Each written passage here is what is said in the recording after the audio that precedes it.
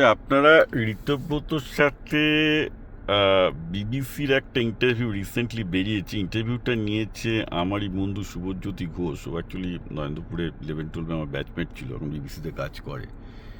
আমি ওই ইন্টারভিউটা পুরোটা দেখলাম, আপনাদের সবাইকে দেখতে বলবো ইন্টারভিউটা, কারণ এই ইন্টারভিউটা জায়গায় অন্য যেগুলো ঠিক আছে, এগুলো আমরা সবই জানি, কিন্তু একটা খুব গুরুত্বপূর্ণ অভিযোগ করেছে ঋতব্রত, যেটার দিকে আমি দৃষ্টি আকর্ষণ করতে চাই। ইন্টারভিউটা দেখবেন মাঝখানে পরে অ্যারাউন্ড 16 মিনিট এবার সময় ঋতব্রত ক্লেম করছেন যে রাজ্যসভায় তাকে স্পেশাল ইনস্ট্রাকশন পাঠানো হতো যে আজকে তোমার পেট খারাপ আছে, আজকে তুমি রাজ্যসভায় যাবে না। মানে তার ভোট দেওয়ার কথা, সে বিজেপির বিরুদ্ধে ভোট দেবে, কিন্তু তার কাছ থেকে, পার্টির কাছ থেকে, বিজেপির মানে তৃণমূলের কাছ থেকে ইনস্ট্রাকশন তিনি পাচ্ছেন যে না, তুমি অ্যাবস্টেন করো পেট খারাপ বলে।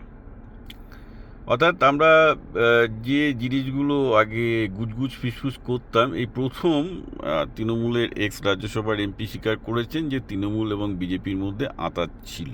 আমি জানি না আপনার ভিডিওটা দেখেছেন কিনা, ই ইজ ক্লেমিং ডিরেক্টলি।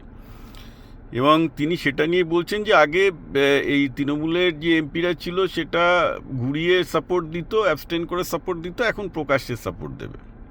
এটাই হচ্ছে পার্থক্য এমপিদের ব্যাপারে। এই ব্যাপারটা নিয়ে এর আগে আমি অনেকগুলো ভিডিও করেছি, ইটস নাথিং নিউ। তো এইটাতে এখন আমি জানি যে বামপন্থী এবং সিপিএম হু হু করে চেঁচিয়ে উঠবে যে হ্যাঁ হ্যাঁ, হ্যাঁ, দেখো দেখো, আমরাই একমাত্র বিজেপি বিরোধী দল, আমরাই একমাত্র বিজেপি বিরোধী দল।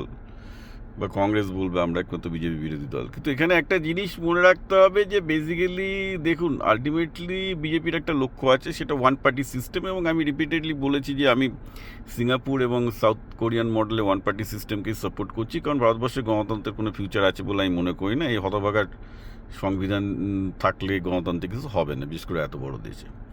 মাই political position is very very clear. কিন্তু আমার বক্তব্য হচ্ছে বিজেপির এত লুকিয়ে চুরিয়ে করার কি আছে রে বাবা? একদম সিঙ্গাপুর স্টাইলে, লিকুন স্টাইলে কর না রে বাবা প্রকাশ্যে, তাহলে তো সময়টা কম লাগবে, আরও তাড়াতাড়ি ওয়ান পার্টি সিস্টেম করতে হবে, ভারতের লোকজনের যন্ত্রণা একটু কম হবে, আরও দ্রুত হবে। এই যে বিজেপির এই যে 15 বছর যে মানে এই তৃণমূলের 15 বছর যে যন্ত্রণা পশ্চিমবঙ্গের লোকজনকে দিয়েছে বা পশ্চিমবঙ্গকে পিছিয়ে দিল না, এগুলো তো কোনো দরকার ছিল না। এটাই যদি হয় যে যে তৃণমূল এবং বিজেপি একসাথে কাজ করছে, কিন্তু প্রকাশ্যে বলতে পারছে না যেহেতু মুসলিম ভোটের সাপোর্ট দরকার। যদিও এটা সবাই জানে, এটা ওপেন ডকুমেন্ট যে বিজেপি তৃণমূল দলটাকে তৈরি করেছিল, এটা তো মমতা ব্যানার্জি থেকে শুরু করে সবাই স্বীকারও করে, কেউ অস্বীকারও করে না, এটা তো ঐতিহাসিক সত্য।